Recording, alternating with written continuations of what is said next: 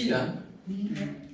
Encore plus de trois séances, 3 épisodes.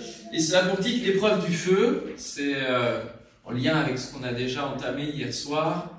Il y a quelques éléments de répétition. L'apôtre dit que la répétition, c'est ce qui nous permet de pouvoir bien engranger et encore mieux retenir l'épreuve du feu. Nous avons vu donc le feu révèle la réalité de ce qui reste. Il enlève le superflu et le futile. Dieu le fait avec nous afin que nous restions intègres, comme pouvaient être Daniel et ses amis. Apocalypse 3,18, nous revenons sur ce conseil de Jésus à son Église. Je te conseille d'acheter de moi, quoi? De l'or. Mais pas n'importe quel or, un or éprouvé par le feu. De l'or éprouvé par le feu, afin que tu deviennes riche. Ne craignons pas l'épreuve du feu, car elle nous donne de nous connaître tels que nous sommes et de ne pas nous illusionner dans nos pensées. Alors ce matin, on va voir l'image du fondeur, le feu du fondeur. L'épreuve du feu, c'est quand Dieu nous prend et nous met dans une intense chaleur, ou même lorsque Satan demande au Père de nous mettre dans le baptême du feu. Mais le feu du fondeur est bien spécifique, où là c'est Dieu qui a les choses en main, et c'est lui qui nous met dans le creuset. Une épreuve qui nous permet de développer un caractère qui lui ressemble. Il y a le but de la purification. Et ce but de la purification, il est nécessaire pour que nous puissions être de la même nature que notre Dieu. Pour que nous puissions lui ressembler. Te ressembler, Jésus, c'est mon espoir suprême. Penser, agir, aimer, toujours plus comme toi. Et oui, ça passe par le feu, par l'épreuve du feu. Enlever les scories, les résidus de péché qui se sont incrustés en nous et nous façonner. Parce que cet or, eh bien, on le façonne de différentes manières. On en fait des lingots, bon, c'est assez simple, rudimentaire, mais qu'est-ce qu'on fait avec de l'or? Plein de belles choses, n'est-ce pas? Il y a actuellement une exposition là sur Paris qui met en avant les bijoux faits d'or et avec les pierres précieuses, tout ça. Ça me tente bien d'aller la voir pour voir la beauté de ce que l'homme peut faire avec l'or. Comment il peut façonner de magnifiques choses. Et quand on regarde les habitats tels que Versailles ou autres, parés d'or, de feuilles d'or, il y a quelque chose de magnifique, de majestueux. Alors le fondeur, ils font le métal précieux pour le façonner ensuite, pour en faire quelque chose qui sera soit utile, mais aussi d'honneur, surtout quand il s'agit d'or et de pierres précieuses. C'est pour honorer, apporter de la valeur à une maison, à un endroit, à un lieu, à quelqu'un. Ça ajoute au patrimoine. Il est évoqué donc cette image du fondeur dans Malachie, si vous voulez venir avec moi, dans Malachie chapitre 3. Pour ceux qui sont intéressés pour étudier Malachie, j'avais pu faire une session comme cela que sur le livre, et c'était très très intéressant parce que j'avais pris l'image du théâtre. Et le titre de l'étude s'appelait « Dernière réplique avant l'entracte », puisque c'est le dernier livre de l'Ancien Testament, que ce sont des échanges entre le peuple et Dieu. Et on a vraiment affaire à une scène de théâtre, là, avant la grande entracte de 400 ans. Malachie 3, verset 1er, « Voici j'enverrai mon messager pour aplanir la route devant moi, et soudain il viendra pour entrer dans son temple, le Seigneur que vous attendez. C'est l'ange de l'alliance appelé de vos vœux. Le voici, il arrive, déclare l'Éternel, le Seigneur des armées célestes. Mais qui supportera le jour de sa venue? Ou qui tiendra quand il apparaîtra? Car il sera semblable au brasier du fondeur, au savon de potasse des blanchisseurs. Il siégera pour fondre et épurer l'argent. Oui, les descendants de Lévi, il les purifiera, il les affinera comme l'or, et l'argent, et ils seront alors pour l'Éternel des hommes qui lui présenteront l'offrande dans les règles. Amen. Il viendra avec le brasier du fondeur. C'est ce feu qui vient du jour de l'Éternel et qui a quelque part déjà démarré avec la venue de Christ. Je suis venu jeter un feu. Il faut bien distinguer les deux types d'épreuves qui peuvent venir sur notre vie, celles permises par Dieu, qui sont du diable pour nous détruire, en vue de nous détruire, carrément. Et Dieu nous donne à force de les traverser. Et puis celles qui viennent de Dieu comme des tests de la foi pour façonner notre caractère et notre vie. Et Dieu attend quelque part aussi une réciprocité dans l'épreuve. Il n'y a pas que Dieu qui met à l'épreuve ses créatures. Il nous appelle aussi à mettre à l'épreuve sa parole. Et alors même que nous sommes dans le baptême ou l'épreuve du feu, eh bien, nous allons éprouver la fidélité de Dieu au travers de sa parole. Avec le Seigneur, il y a toujours une réciprocité. Ça ne va pas que dans un sens. C'est vrai pour la vie de prière, c'est vrai pour l'épreuve, c'est vrai pour les bénédictions. Nous pouvons le bénir par nos louanges, il nous bénit. Ça va toujours dans une réciprocité. Il va dire donc au verset 10 de ce même chapitre, « Apportez donc vos dîmes dans leur totalité dans le trésor du temple pour qu'il y ait des vivres dans ma demeure. De cette façon-là, mettez-moi à l'épreuve, déclare l'Éternel, le Seigneur des armées célestes. Alors vous verrez bien si de mon côté, je n'ouvre pas pour vous les écluses des cieux et ne vous comble pas avec surabondance de ma bénédiction. » Amen. Alléluia. Il y a une réciprocité. Nous pouvons mettre à l'épreuve la parole de Dieu, la promesse de foi, avec la foi qu'il met en nous. Et bien sûr, nous voyons là que lui, il peut tenir sa parole, n'est-ce pas? Et nous nous rendons compte avec Malachie, ça pourrait être une autre image, au-delà d'une pièce de théâtre, mais le peuple est complètement déconnecté avec les réalités célestes. Il ne faut pas les offrandes dans les règles de l'art, ils pensent être en honneur à Dieu, et Dieu leur dit, mais en fait, vous faites n'importe quoi. Il est assez cru dans ses paroles, dans sa manière de révéler la réalité de la situation. Et on voit que le peuple est complètement illusionné, aveugle sur sa situation et sur ses manières de vivre la relation avec Dieu. Et ici, on a un petit peu comme un échange qui dit, mais comme les adolescents, le temps d'adolescence où le jeune ne voit pas pourquoi il devrait changer. Pourquoi il devrait se mettre à prendre en charge des tâches dans la maison, des tâches pour aider ses parents. Pourquoi il devrait honorer ses parents d'une manière particulière, plus qu'avant. Pourquoi il pourrait changer. Alors il va répondre en demandant des comptes à ses parents, en disant oui, mais de toute façon, toi, voilà, il y a des échanges pas faciles dans l'adolescence. Il y a certains, les parents servent le punching ball plutôt qu'autre chose. Pourquoi? Parce que l'adolescent est pressurisé par le passage de l'enfance à l'adulte et tous les changements que cela doit engendrer. On ne reste pas enfant. Et on ne peut pas être dans cette assistanat et cette dépendance avec le parent quand on doit passer à l'âge adulte.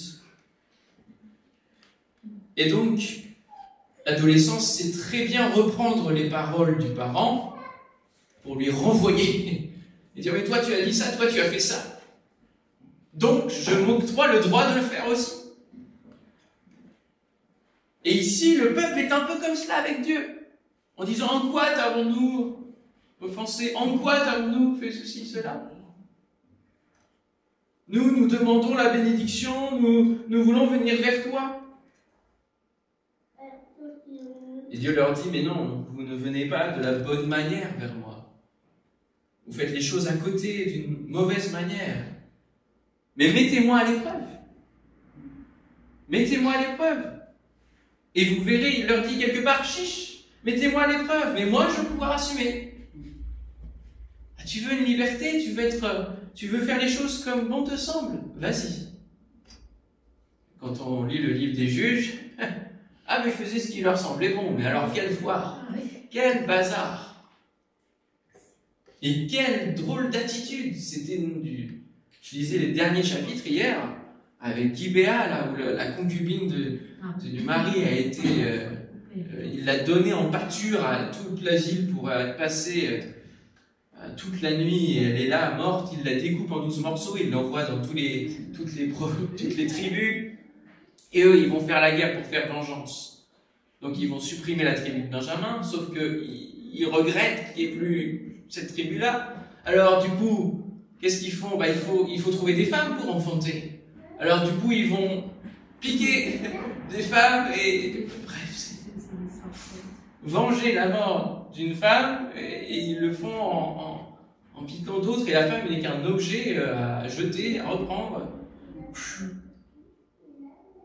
Et on voit que Dieu est un Dieu qui reste quelque part en retrait, qui ne répond que quand il est consulté seulement, et que quand, à un moment donné, ils se rendent compte que ils n'arrivent pas à avoir la victoire sur Benjamin, alors ils vont aller auprès de Dieu, ils vont commencer à offrir des sacrifices, ils vont commencer à jeûner et prier, et là Dieu va répondre. Il faut mettre Dieu à l'épreuve, mais il faut être sérieux quand on le met à l'épreuve. On ne peut pas réclamer des choses si nous on n'est pas sérieux avec Dieu. Dieu fait grâce, c'est vrai. Mais combien de personnes parfois dans nos églises viennent juste quand il y a un pépin? Ils viennent prier, ils viennent chercher la grâce de Dieu, et puis quand ils ont la bénédiction, disparition.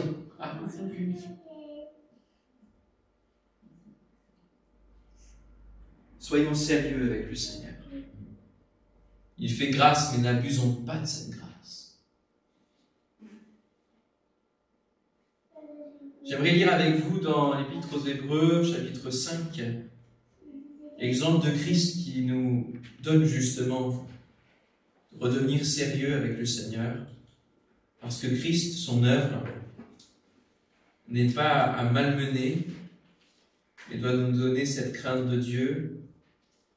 Hébreux 5, verset 7, c'est lui qui, dans les jours de sa chair, ayant présenté avec de grands cris, avec larmes des prières et des supplications, à celui qui pouvait le sauver de la mort, et ayant été exaucé à cause de sa piété, a appris, bien qu'il soit fils, l'obéissance par les choses qu'il a souffertes, et qui, après avoir été élevé à la perfection, est devenu pour tous ceux qui lui obéissent l'auteur d'un salut éternel.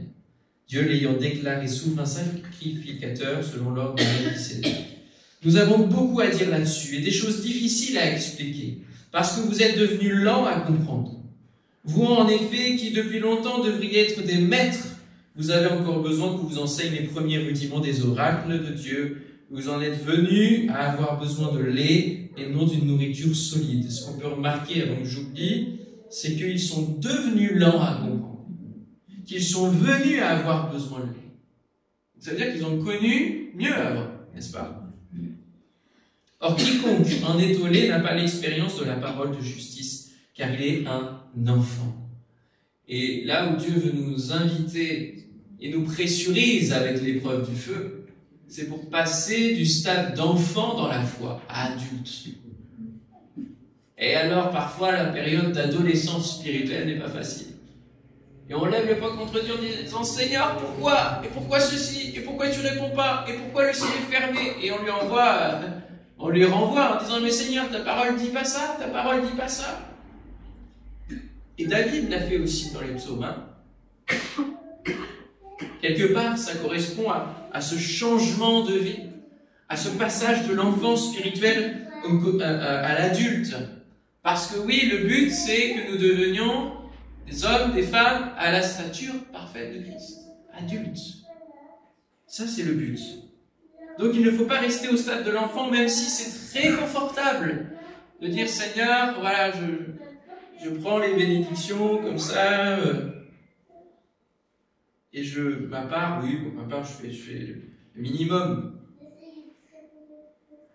Verset 14, « Mais la nourriture solide est pour les hommes faits, pour ceux dont le jugement est exercé par l'usage à discerner ce qui est bien et ce qui est mal. » Et c'est ça, grandir, c'est apprendre à discerner, à juger par soi-même, à critiquer, à analyser, et non plus avoir seulement la parole du parole. C'est pourquoi, laissant les éléments de la parole de Christ, tendons à ce qui est parfait, sans poser de nouveau le fondement du renoncement aux œuvres mortes, de la foi en Dieu, de la doctrine des baptêmes, de l'imposition des mains, de la résurrection des morts et du jugement éternel. Ces choses-là doivent être acquises. C'est ce que nous ferons si Dieu le permet. Car il est impossible que ceux qui ont été une fois éclairés, qui ont goûté le don céleste, qui ont eu part au Saint-Esprit, qui ont goûté la bonne parole de Dieu et les puissances du siècle à venir, et qui sont tombés, soient encore renouvelés et amenés à la repentance, puisqu'ils crucifient pour leur part le Fils de Dieu et l'exposent à l'ignominie. C'est là où je disais d'être sérieux. Lorsqu'une terre est abreuvée par la pluie, qui tombe souvent sur elle, et qu'elle produit une herbe utile à ceux pour qui elle est cultivée, elle participe à la bénédiction de Dieu. Mais si elle produit des épines et des chardons, elle est réprouvée et près d'être maudite, et on finit par y mettre le feu. Nous le retrouvons.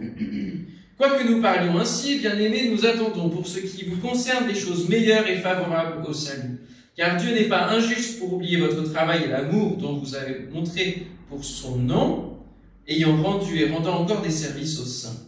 Nous désirons que chacun de vous montre le même zèle, le même feu, pour conserver jusqu'à la fin une pleine espérance, en sorte que vous ne vous relâchiez point, et que vous imitiez ceux qui, par la foi et la persévérance, héritent des promesses. Alléluia.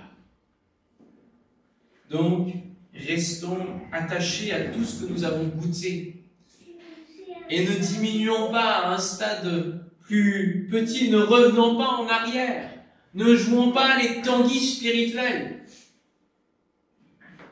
Ce texte résume véritablement ce que Dieu attend de nous, comprendre de plus en plus son royaume, son fonctionnement. Alléluia.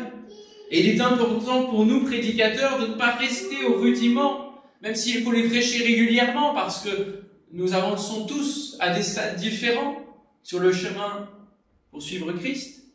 Mais il faut aussi, comme là, maintenant, aller sur des choses un peu plus hautes, qui nous donnent de mieux percevoir encore de nouvelles facettes de qui est Dieu. Alléluia. Et parfois même réformer ce que nous pensions et qui était erroné de ce que nous avions compris de la parole. Le feu du fondeur sert pour tout cela, pour nous façonner, pour nous pressuriser et nous amener au changement. Alléluia. Un changement qui est bon et qui nous amène au royaume d'or pur. Un royaume d'or pur. Ce que nous souhaiterions pour ce monde, mais qui n'est pas possible, nous est promis pour la nouvelle terre, un monde sans méchanceté, un monde sans scorie, sans cette poussière de métal qui est là et qui s'accroche à l'issue de la fusion, mais qui a perdu toute sa valeur, qui a perdu toute sa force, tout son poids. Et il peut y avoir des chrétiens comme cela d'illusion dans le royaume de Dieu, mais ils seront bien grattés, enlevés de l'or, de la matière, de la masse. C'est pour cela que Dieu nous éprouve et nous remet parfois dans le feu afin d'enlever de nouveau les scories, afin de rester pur. Un or qui correspond aux critères du royaume de Dieu. Si nous ne sommes que scories, eh bien cela correspond à une vie chrétienne bien dégarnie. Quand nous lisons la description dans l'Apocalypse de ce qui s'en vient, Apocalypse 21, 18, la muraille était construite en jaspe, et la ville était d'or pur, semblable à du verre pur. Et nous sommes cette ville. Nous sommes la Nouvelle Jérusalem. Nous la construisons. Nous sommes des pierres d'or vivantes qui vont construire cette nouvelle terre, ces nouveaux cieux et la ville sainte Jérusalem. Verset 9 a dit, je te montrerai la femme, l'épouse de l'agneau. Il me transporta en esprit sur une grande et haute montagne et me montra la ville sainte Jérusalem qui descendait du ciel d'auprès de Dieu. Nous allons être les pierres qui vont construire la nouvelle Jérusalem. Spirituellement, imaginons-nous ça. Proverbe 25, versets 4 à 5 nous dit « Si l'on délivre l'argent de ses scories, l'orfèvre pourra le travailler pour en faire un vase. Si l'on délivre le roi de la présence des méchants, son autorité s'affermira par la justice. » Et c'est ce que Christ vient faire. Il vient débarrasser la méchanceté de ce monde pour affermir son autorité. Enlever les méchants qui font croire qu'ils sont du même métal, la même branche que le roi, et vous aurez un roi qui peut être utile. Sinon, il va être coincé dans des compromis. C'est les méchants qui vont régner à sa place. Encore quelques autres textes qui nous parlent du temple. Psaume 11, versets 4 à 7. L'Éternel est dans son saint temple. L'Éternel a son trône au ciel. De ses yeux, il observe. Il sonde les humains. L'Éternel sonde ceux qui sont justes, mais il déteste le méchant et l'homme épris de violence. Il fait pleuvoir sur les méchants du charbon, du feu, du soufre, et les expose au vent brûlant. Voilà la part qu'il leur réserve, car l'Éternel est un Dieu juste, un Dieu qui aime la justice. Les hommes droits verront sa face. Psaume 68, versets 2 à 4. Dieu se lève, ses ennemis se dispersent, et ses adversaires fuient devant sa face. Comme la fumée se dissipe, tu les dissipes. Comme la cire se fond au feu, les méchants disparaissent devant Dieu. Mais les justes se réjouissent, ils triomphent devant Dieu, ils ont des transports d'allégresse. Voici le feu qui vient pour eux et qui sera leur destinée éternelle. Et c'est pour ça que nous l'avons vu hier soir, que Jésus dira que tout homme sera salé de feu. Mais de quel feu? Il y en a des différents. Il vaut mieux être dans le feu du creuset du fondeur que dans le feu qui est celui des charbons ardents, tout cela qui est celui du jugement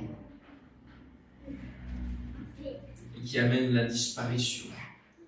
Apocalypse 3.12, celui qui vaincra, je ferai de lui... Alors, je ferai de lui quoi? Le ciel.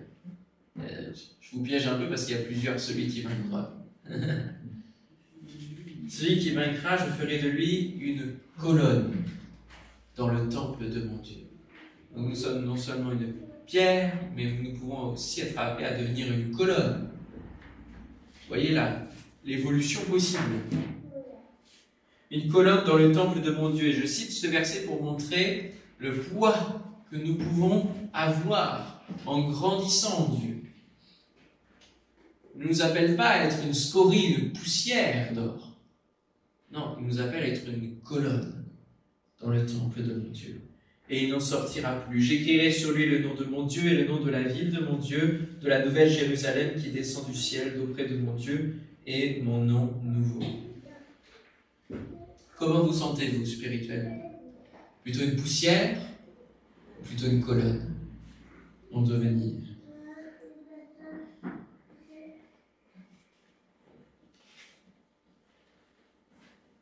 J'ai zappé un épisode. Excusez-moi. J'ai passé la feuille rapidement. Mais bon, ça va, ça s'est bien passé. Jésus s'est livré pour chacun d'entre nous. Et il a vécu l'épreuve du feu, lui la plus grande, pour chacun de nous. Et son but, ce n'est pas seulement d'aller sur le champ de bataille pour récupérer les morts vivants que nous sommes, mais il veut faire de nous des sacrificateurs pour régner avec lui. Là encore, une autre évolution. Nous sommes sauvés, et nous ne sommes pas simplement sauvés. Nous sommes sauvés pour servir déjà dans ce monde, et nous sommes sauvés pour régner ensuite. Alléluia. Pour régner avec lui. Voilà une marge d'évolution. Amen. Est-ce que vous avez envie de régner? Parfois on aimerait régner dans ce monde pour faire la justice, n'est-ce pas? Pour dire, toi, t'es méchant, pas, je te juge, je te règle, nos ennemis. On aimerait régner, on aimerait avoir le pouvoir. Et combien d'êtres humains ici-bas font tout ce qu'ils peuvent pour avoir le pouvoir? Pour avoir au moins un pouvoir sur quelqu'un.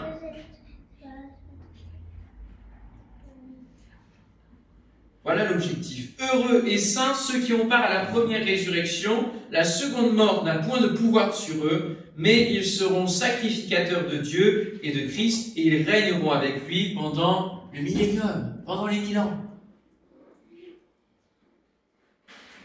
Puis je citerai Éphésiens 5 aussi. J'ai beaucoup de textes ce matin, écoutez bien. Versets 25 à 27, Marie, aimez vos femmes comme Christ a aimé l'Église et s'est livré lui-même pour elle, afin de la sanctifier par la parole, après l'avoir purifiée par le baptême d'eau, afin de faire paraître devant lui cette Église glorieuse, sans tache, ni ride, ni rien de semblable, mais sainte et irrépréhensible. Voilà notre objectif. Se donner entièrement, vivre cette épreuve du feu, pour être sans tache, ni ride, ni rien de semblable. Alléluia. On peut avoir une sécheresse qui nous surprend. Et l'épreuve du feu, bien sûr. J'ai étudié un petit peu ce qui se passe dans une fonderie et il ne faut pas qu'il y ait beaucoup de présence d'eau dans une fonderie. Pourquoi? Parce que le feu est tellement à des milliers de degrés que l'eau fait exploser, en fait. Ça amène une dimension d'explosif. Et cela montre l'image que lorsque nous sommes dans l'épreuve du feu, nous pouvons avoir l'impression qu'il n'y a plus d'eau de la parole, que nous sommes secs spirituellement. Pourquoi? Parce que Dieu, justement, enlève toute l'eau, enlève quelque part tous nos appuis, tous nos acquis, pour nous mettre dans une situation toute nouvelle. Nous allons devoir chercher auprès de lui de nouvelles choses, de nouveaux éléments pour grandir. Et donc parfois on n'a pas envie de lire la Bible quand on est au cœur de l'épreuve du feu, et ce n'est pas anormal. Parce que le Seigneur est là pour venir nous sonder à ce moment-là. Et il ne faut pas vouloir mettre de l'eau pour éteindre tout de suite. C'est parfois on proclame des paroles de guérison, de délivrance, et puis rien ne se passe, parce que ce n'est pas la volonté de Dieu, à ce moment-là, de mettre de l'eau, parce que ça va être explosif.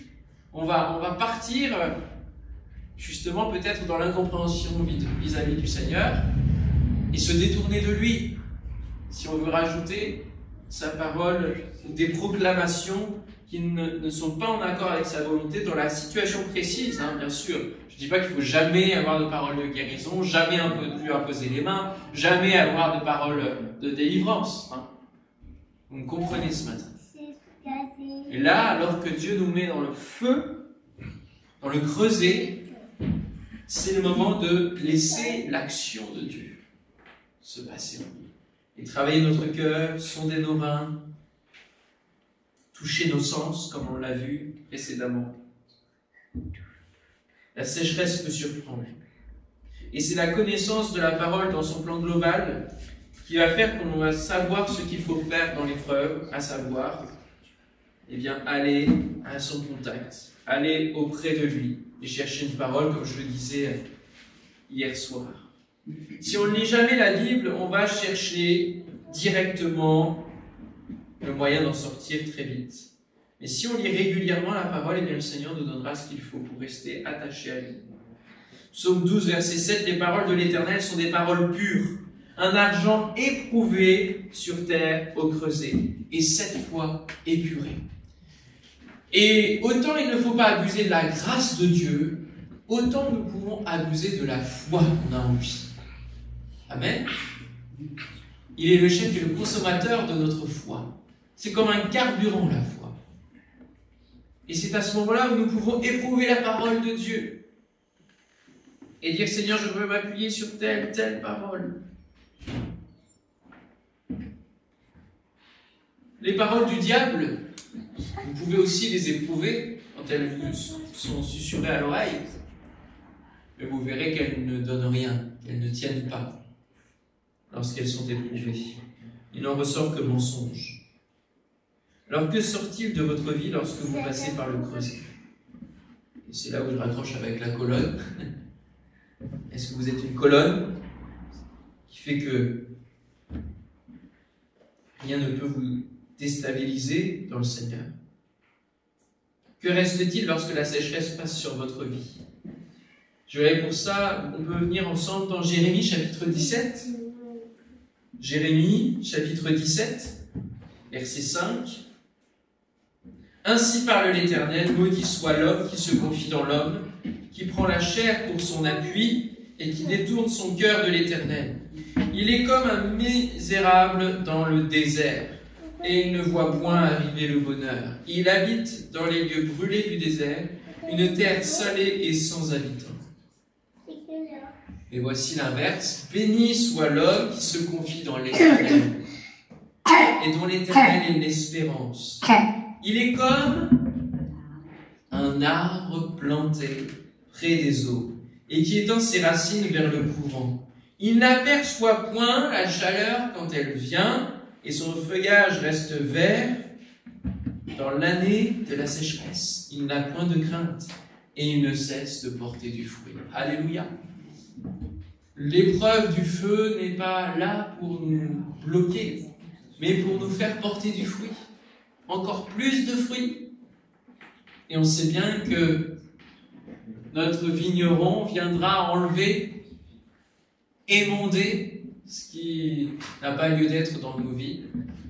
Comme cette épreuve du feu, émonder, ça doit faire mal aux végétaux que l'on émonde, mais dans le but de porter encore plus de fruits. Alléluia.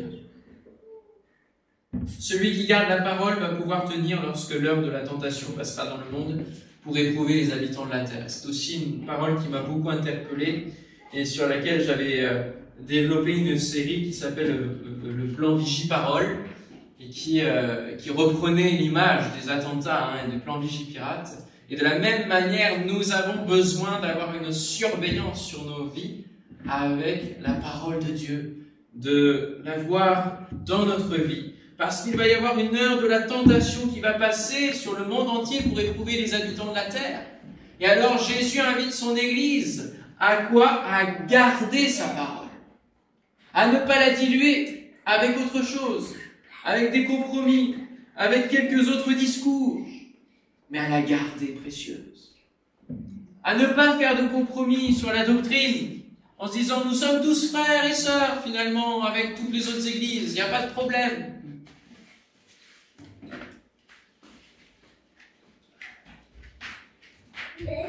Un autre texte de Jérémie, au chapitre 6, verset 28, nous dit « Ils sont tous des rebelles, des calomniateurs de l'airain et du fer. Ils sont tous corrompus. Le soufflet est brûlant, le plomb est consumé par le feu, mais c'est en vain qu'on est pur. Les scories ne se détachent pas. On les appelle de l'argent méprisable, car l'Éternel les a rejetés. » Il s'agit ici du peuple, de son peuple.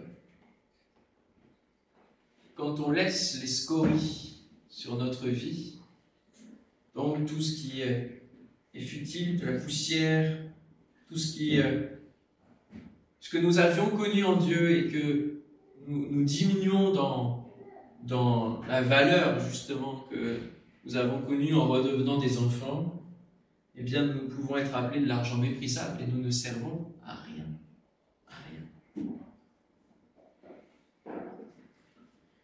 Si on ne se laisse pas faire et qu'on veut garder ces scories, nous ne pouvons pas être utilisés selon le but premier de Dieu. Et nous manquons, comme Adam et Ève, le plan parfait de Dieu. Je terminerai en parlant d'une foi précieuse, parce que finalement c'est l'épreuve de notre foi. 1 Pierre, chapitre 1er, venez avec moi s'il vous plaît dans 1 Pierre, chapitre 1er, verset 3, c'est notre texte de conclusion. Béni soit Dieu, le Père de notre Seigneur Jésus-Christ, qui selon sa grande miséricorde nous a régénérés pour une espérance vivante, par la résurrection de Jésus-Christ d'entre les morts, pour un héritage qui ne peut ni se corrompre, ni se souiller, ni flétrir, lequel vous est réservé dans les cieux, à vous qui, par la puissance de Dieu, êtes gardés par la foi pour le salut prêt à être révélé dans les derniers temps. C'est là ce qui fait votre joie, quoique maintenant, puisqu'il le faut, vous soyez attristés pour un peu de temps par diverses épreuves, l'épreuve du feu, afin que l'épreuve de votre foi, plus précieuse que l'or périssable, qui cependant est éprouvée par le feu, ait pour résultat la louange, la gloire et l'honneur lorsque Jésus-Christ apparaîtra. Lui que vous aimez sans l'avoir vu, en qui vous croyez sans le voir encore, vous réjouissant d'une joie ineffable et glorieuse, parce que vous obtiendrez le salut de vos âmes pour prix de votre foi. Alléluia. Quel magnifique texte. L'épreuve de la foi est encore plus belle et rend encore plus précieuse que l'or qui est dans ce monde et dont le cours ne cesse d'augmenter, de s'élever. Seigneur, nous te bénissons pour cette matinée encore. Nous voyons combien l'épreuve de notre foi ne nous rend pas fébriles et fragiles, mais combien l'épreuve de notre foi est là pour nous renforcer, bien au contraire, pour nous fortifier, pour faire de nous un vase qui te soit en honneur, pour faire, Seigneur mon Dieu, être utile entre tes mains. Seigneur, donne-nous de pouvoir grandir ce matin et de passer du stade d'enfant spirituel à adulte spirituel. Seigneur, donne-nous de bien vivre ces temps peut-être d'adolescence spirituelle où tu nous pressurises, où tu nous amènes, Seigneur, à ne plus nous appuyer seulement sur ce qu'on a acquis pendant toutes ces années de conversion, mais te découvrir d'une nouvelle manière, avec d'autres facettes. Oh, c'est tellement bon, Seigneur. Et quand nous voyons la vie de Jacob, qui a trompé, menti, pour avoir ta bénédiction, il a vécu sur cet acquis pendant des années. Et puis il a été trompé lui-même. Et à un moment donné, tu l'as appelé pour une nouvelle étape. Tu l'as appelé pour découvrir encore plus.